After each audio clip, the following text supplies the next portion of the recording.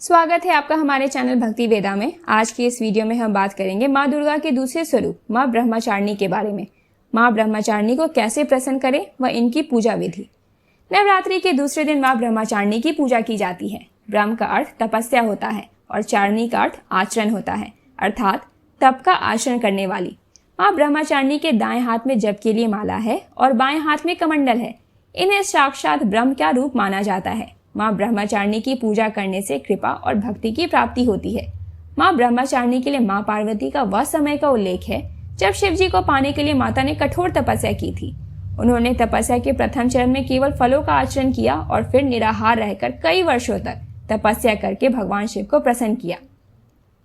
देवी ब्रह्मचारिणी की पूजा से ताप, त्याग, संयम की प्राप्ति होती है।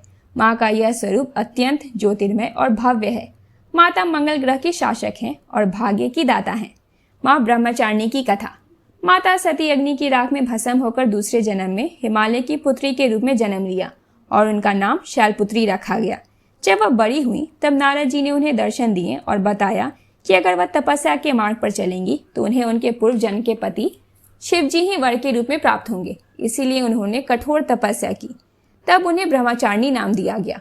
उन्होंने 1000 वर्ष केवल फल फूल ही खाएं और 100 वर्षों तक जमीन पर सोई। कई वर्षों तक कठिन उपवास रखें और खुले आसमान के नीचे सर्दी, गर्मी और घोर कष्ट सहे।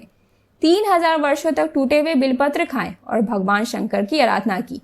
उसके बाद कई हजार वर्षों तक निर्जल और निराहार रहकर तपस्या की। यह देखकर सारे देवतागण प्रसन्न हो गए और उन्होंने पार्वती जी को बोला कि इतनी कठोर तपस्या केवल वही कर सकती हैं, इसीलिए उनको भगवान शिव जी ही पति के रूप में प्राप्त होंगे। तो अब वह घर जाएं और तपस्या छोड़ दे।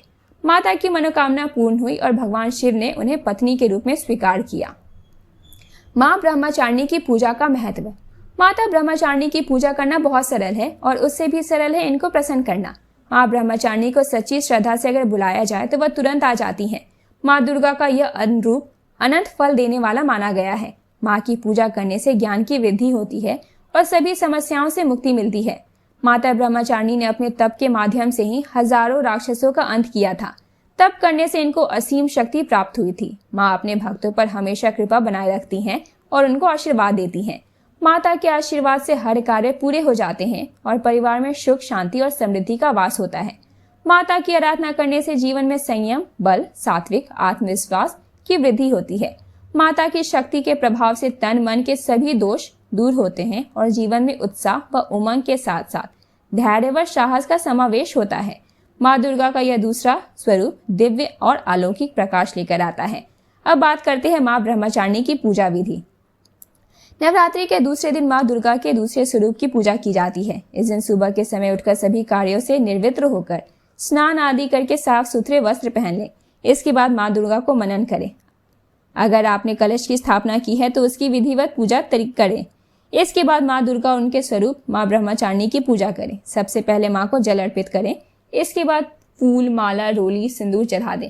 फिर पान के पत्ते में सुपारी, लौंग, इलायची, बताशा और सिक्का रखकर चढ़ा दें। फिर भोग में मिठाई आदि खिला दें। इसके बाद घी का दीपक और धूप बत्ती जला लें और दुर्गा चालीसा के साथ दुर्गा सप्तशती का पाठ करें। इसके बाद हाथ में एक फूल लेकर माँ का ध्यान करें और उनके मंत्रों का जाप करें। अंत में फूल माँ के चरणों में अर्पित कर दें और विधिवत तरीके से आरती कर लें। जय माँ दुर्गा।